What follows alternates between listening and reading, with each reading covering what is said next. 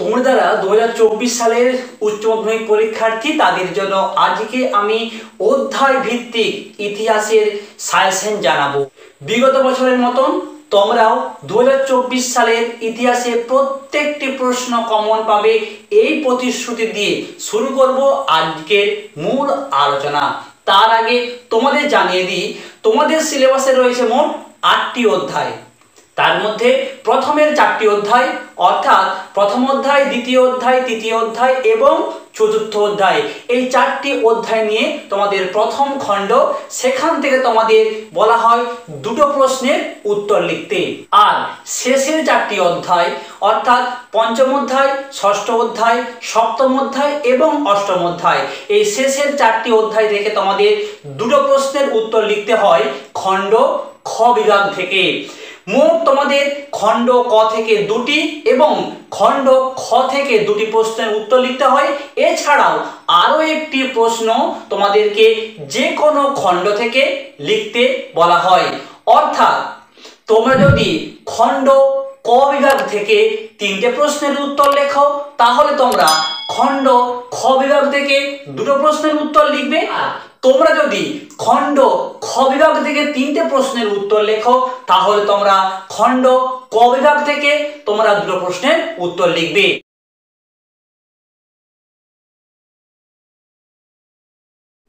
তোমাদেরকে আমি প্রথম অধ্যায় থেকে 2টো প্রশ্ন বলবো একটু তৈরি করতে।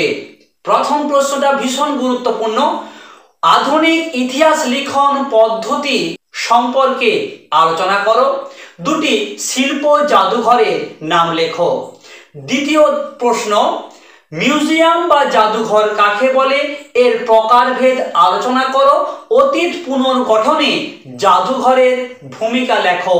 এই দুটো প্রশ্ন প্রথম অধ্যায় থেকে তোমরা ভালো করে প্র্যাকটিস করো। দ্বিতীয় অধ্যায় থেকে তোমাদেরকে আমি 3টে প্রশ্ন ভালো করে প্র্যাকটিস করতে বলবো। 2023 সালে এই দ্বিতীয় অধ্যায় থেকে কোনো প্রশ্ন আসেনি, তাই এই বছর এখান থেকে একটা প্রশ্ন আসবে। তোমরা প্রথমে 3টে প্রশ্নকে খুব ভালো করে তৈরি করবে। প্রথম প্রশ্ন, সাম্রাজ্যবাদ ও উপনিবেশিকতাবাদ প্রসারে হবসন ও লেনিনের তত্ত্ব আলোচনা করো।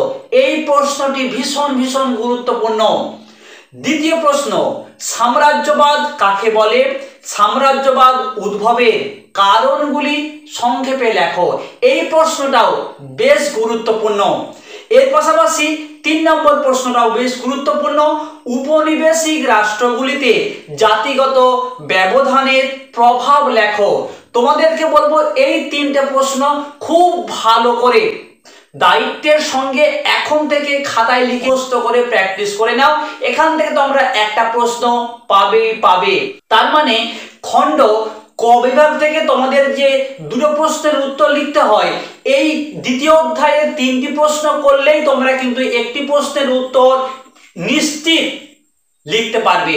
অর্থাৎ এই 3টে প্রশ্ন করলেই একটা প্রশ্ন তোমরা শিওর কমন পেয়ে যাবে। এর পাশাপাশি তোমাদেরকে আরো আমি একটা অংশ একটু দেখতে বলবো, সেটি হলো নয়া উপনিবেশবাদ কি, এর বৈশিষ্ট্যগুলি লেখো। এর পাশাপাশি মার্কেন্টাইল মূলধন কি, এর বৈশিষ্ট্য লেখো। এরপর আসবো তৃতীয় অধ্যায়। তৃতীয় অধ্যায় থেকে তোমাদের জন্য আমি 3টে প্রশ্ন দিয়েছি, খুব গুরুত্বপূর্ণ, ভালো করে প্র্যাকটিস করতে বলবো। প্রথম প্রশ্ন, চীনের উপর আরোপিত বিভিন্ন অসম চুক্তিগুলির বিবরণ দাও। Most important. দ্বিতীয় প্রশ্ন, ক্যান্টন বাণিজ্যের বৈশিষ্ট্য লেখো। এই বাণিজ্যের অবসান হয় কেন? 3 নম্বর প্রশ্ন, ব্রিটিশ ইস্ট ইন্ডিয়া কোম্পানির আমলে ভারতের ভূমি রাজস্ব ব্যবস্থার বিবরণ দাও। এই 3টে প্রশ্নকে বলবো তোমরা তৃতীয় অধ্যায় থেকে প্রথমে খুব ভালো করে প্র্যাকটিস করে নাও। এরপর এক্সট্রা রূপে তোমরা আরো 2টো প্রশ্নকে তৈরি করো। ব্রিটিশ সরকার কি উদ্দেশ্য নিয়ে ভারতীয় রেলপথ প্রবর্তন করে, ভারতীয় সমাজ ও অর্থনীতিতে এর প্রভাব লেখো। আর একটি প্রশ্ন বলবো, বাংলার সমাজ ও অর্থনীতিতে চিরস্থায়ী বন্দোবস্তের প্রভাব আলোচনা করো। দেশীয় বস্ত্র শিল্পের উপর অবশিল্পায়নের কি প্রভাব পড়েছিল। এরপরে আসবো প্রথম খণ্ডের শেষ অধ্যায় অর্থাৎ চতুর্থ অধ্যায়। নেক্সট প্রশ্নে যাবার আগে তোমাদেরকে বলতে চাই, তোমাদের জন্য আমি বাংলার গল্প, কবিতা, সাহিত্য থেকে অলরেডি সাজেশন ভিডিও পোস্ট করে দিয়েছি। শুধু তাই নয়, তার পাশাপাশি তোমাদের বাংলা বিভিন্ন গল্প, কবিতা নিয়েও আলোচনা করেছি। সেই সমস্ত ভিডিওগুলি যদি তোমরা এখন না দেখে থাকো, ডেসক্রিপশন বক্সে তার লিঙ্ক আছে, অবশ্যই সেই সাজেশন ভিডিওর পাশাপাশি আলোচনাগুলিও তোমাদের দেখতে অনুরোধ করব। এখান থেকে তোমাদেরকে 4টে প্রশ্ন দিয়েছি। এই 4টে প্রশ্নের মধ্যে প্রথমের দুটো প্রশ্ন ভীষণ গুরুত্বপূর্ণ, বলা যেতে পারে এই দুটো প্রশ্ন করলে তোমরা একটা প্রশ্ন কমন পাবেই পাবে। প্রশ্নটি হলো চীনের চৌঠা মে আন্দোলনের কারণ ও তার প্রভাব লেখো। দ্বিতীয় প্রশ্ন ব্রিটিশ শাসনকালে আদিবাসী ও দলিত সম্প্রদায়ের বিবরণ দাও।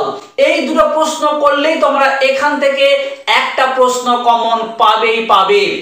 এর পাশাপাশি তোমাদেরকে বলবো বাংলার নবজাগরণের প্রকৃতি আলোচনা করো আর বাংলার সমাজ সংস্কার আন্দোলনে বিদ্যাসাগরের অবদান লেখো। তাহলে তোমাদেরকে আমি দ্বিতীয় অধ্যায় থেকে 3টে প্রশ্ন কি করতে বলেছি ভালো করে, ওই 3টে প্রশ্ন করলেই তোমরা একটা প্রশ্ন কমন পেয়ে যাচ্ছ। আর চতুর্থ অধ্যায় থেকে দুটো প্রশ্ন বলেছি, একটি হচ্ছে চীনের চৌঠা মে আর ব্রিটিশ শাসনকালে আদিবাসী ও দলিত সম্প্রদায়ের মধ্যে যে বিবরণ। এই দুটি প্রশ্ন করলে তোমরা এখান থেকে একটি প্রশ্ন শিওর কমন পাবেই পাবে। এই গেল তোমাদের খণ্ড ক এর অধ্যায় ভিত্তিক সম্পূর্ণ সাজেশন।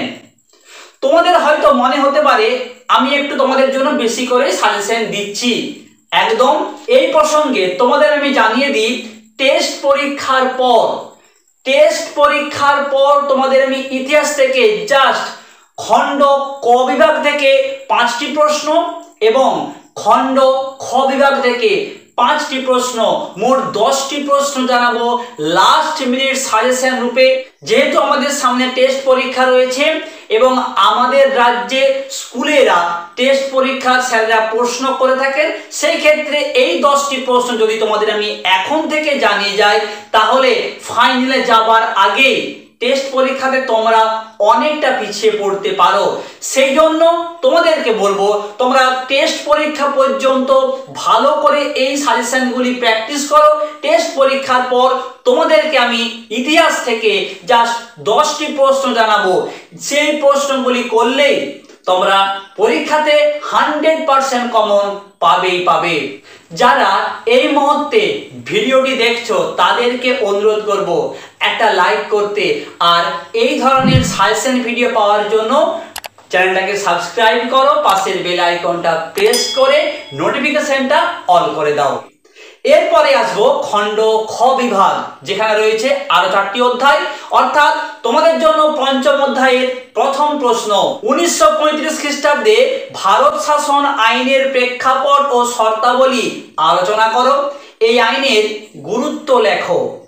দ্বিতীয় প্রশ্ন লখনৌ চুক্তির শর্তগুলি উল্লেখ করে এই চুক্তির গুরুত্ব লেখো। 3 নম্বর প্রশ্ন জালিয়ানওয়ালাবাগ হত্যাকাণ্ডের প্রেক্ষাপট কি ছিল, এই ঘটনার গুরুত্ব লেখো। এই 3টি প্রশ্ন ভালো করে প্র্যাকটিস করো। এই 3টা প্রশ্ন করলেই একটা প্রশ্ন তোমরা শিওর কমন পাবেই পাবে। আর একটা তোমাদের প্রশ্ন বলবো এক্সট্রা রূপে একটু দেখতে। সেই প্রশ্নটি হলো রাওলাট আইনের উদ্দেশ্য কি ছিল, গান্ধীজি কেন এর বিরোধিতা করেন। এই প্রশ্ন তোমরা একটু দেখে রাখো। এরপরে আসবো ষষ্ঠ অধ্যায়। তোমাদেরকে আমি ষষ্ঠ অধ্যায়ে মোট 4টি প্রশ্ন জানাবো, যার মধ্যে প্রথমে দুটো প্রশ্ন 2024 সালের জন্য ভীষণ গুরুত্বপূর্ণ। প্রশ্নটি হলো ভারত ছাড়ো আন্দোলন। অর্থাৎ তোমাদের প্রশ্ন ঠিক এইভাবে হয়তো আসতে পারে, 1942-এর ভারত ছাড়ো আন্দোলনের তাৎপর্য আলোচনা করো। এই আন্দোলনে ভারতীয় মহিলাদের অংশগ্রহণ সম্পর্কে আলোচনা করো। দ্বিতীয় প্রশ্ন ভীষণ গুরুত্বপূর্ণ, 1946 সালের নৌ বিদ্রোহের কারণ ও তার ফলাফল লেখো। তোমরা 3 নম্বর প্রশ্ন করবে ক্রিপস মিশনের প্রস্তাবগুলি আলোচনা করো, ক্রিপস মিশনের ব্যর্থতার কারণগুলি লেখো। এই ষষ্ঠ অধ্যায় থেকে এই 3টি প্রশ্ন তোমরা প্রথমে ভালো করে তৈরি করে নাও। এখান থেকেই তোমরা ফাইনালে একটা শিওর কমন পাবে। কিন্তু আমরা যেহেতু সামনে টেস্ট পরীক্ষা আমাদের রয়েছে, তাই এই অধ্যায় থেকে তোমাদেরকে আমি আরো 2টো প্রশ্নকে একটু দেখতে বলবো। হোচিমিনের নেতৃত্বে ভিয়েতনাম মুক্তিযুদ্ধের একটি সংক্ষিপ্ত বিবরণ দাও। এই প্রশ্নটা তোমরা দেখে রাখো, তার কারণ আমরা বিগত বছর টেস্ট পরীক্ষাতে এই প্রশ্নটা বিভিন্ন স্কুলে কিন্তু পেয়েছিলাম। আরেকটি প্রশ্ন, মন্ত্রী মিশনের পরিকল্পনা কি ছিল? এই মিশনের ত্রুটি ও গুরুত্ব লেখো। এই ষষ্ঠ অধ্যায় থেকে তোমাদেরকে মোট আমি 5টি প্রশ্ন জানিয়েছি, যার মধ্যে 3টে প্রশ্ন 2024 সালের ফাইনালের জন্য ভীষণ গুরুত্বপূর্ণ।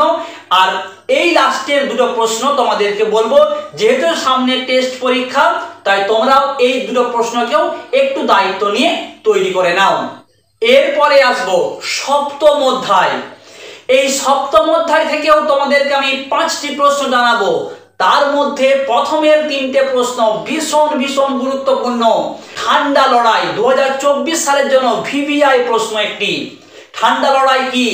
এর তাত্ত্বিক ভিত্তি ব্যাখ্যা করো। কিংবা হয়তো তোমাদের প্রশ্ন আসতে পারে ঠান্ডা লড়াইয়ের কারণ ও তার ফলাফল লেখো। অর্থাৎ তোমরা ঠান্ডা লড়াই থেকে ভালো করে একটা প্রশ্ন করো। 2 নম্বর প্রশ্ন, ট্রুম্যান নীতি কি? মার্শাল পরিকল্পনার উদ্দেশ্যগুলি লেখো।